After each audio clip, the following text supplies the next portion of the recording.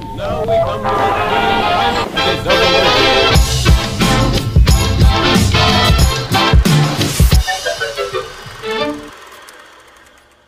Gawa tayo ng steam Oreo cake. Magandang tanghali sa inyo mga kamamsi. Meron tayo ditong dalawang pack ng swak na Bear Brand. Meron tayong natira dati na yung nagawa tayo ng Oreo ice cream. Meron po tayo ditong natira. Gamitin na po natin. Bali, ang nagamit ko na crush na Oreo is 1 cup and almost 1/2 cup. Pwede kayo dyan gumamit ng evaporated milk. Wala po kasi akong maliit na evaporated milk, kaya powdered milk ang ginamit ko. So mag-a-add na lang tayo ng water. Then dahan-dahan lang po yung paglalagay ng tubig para hindi naman po sumobra. Before ko makalimutan, maglalagay po ako ng 1/2 teaspoon na baking powder. Saka natin i-mix. I-adjust nyo lang po mga kamamsi if ang inyong gagamitin ay evaporated milk. Ganyan lang po kalapot ang kailangan natin. So ayan, okay na yan mga kamamsi. Ganito siya kalapot. Naglagay lang ako ng parchment paper dito para hindi dumikit mamaya. Then pahiran lang natin ng margarine na konti. Tapos saka natin ilagay yung ating mixture.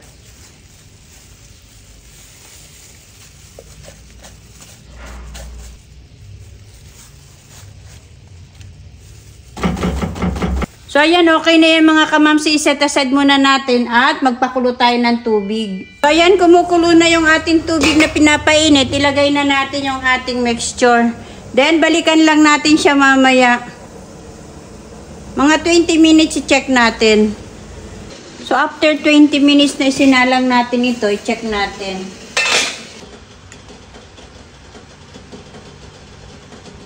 Okay na to mga kamamsi, tanggalin na natin. Huwag natin i-off kagad-agad yung ating stove kasi gagamitin natin yung mainit na tubig. So itiit na yung gagamitin ninyo na tasa ay pwede po sa mainit na tubig. Baka po mabiyak kasi. Ito pong aking ginamit is Duralex po yan. Gumamit ako ng powdered milk kasi nga wala akong maliit na gatas. Eh wala rin naman akong choice kasi kailangan kong gumamit ng evaporated milk. So nagbukas na lang ako. So, meron po akong dalawang chocolate bar na maliit. So, gagamit po ako ng 3 kutsara na evaporated milk. So, gagamit po ako ng 2 Goya na almonds in milk chocolate. So, ayan po yung flavor niya. So, depende na po sa inyo kung ano pong flavor ng Goya ang gusto nyong gamitin. Kung ginamit ko, mura po yan eh. Hindi ko na po pinita yung apoy ko para hindi na tayo uli magpainit pa ng tubig. So, ganyan lang po yan. Since mainit yan, ay di halo-haluin natin hanggang sa matunaw yung ating chocolate bar. So, okay na yan mga kamamsi. Set aside natin and then tanggalin na natin yung cake sa ating hulmahan.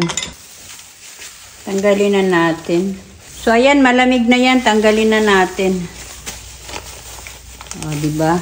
Mas maganda kasi pag malamig para hindi dumikit. Tapos, i-transfer natin yan dito.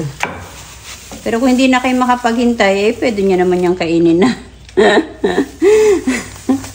Ayan, tabingi pa. Ano ba yung pagmata ni mamsi ninyo? 4 na yung mata, hindi pa makakita. Wait lang. Ayan. So, okay na mga kamamsi. Ito na yung ating steam cake na Oreo. So, lagyan natin siya ng topping siya. Nakadepende na po sa inyo if gusto nyo pa pong magtunaw ng Goya. So, ilagay na natin.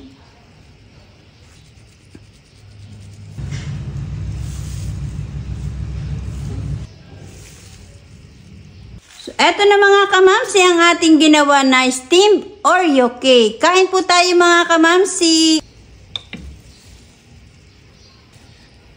Tikman na natin. Wow, ang sarap niya.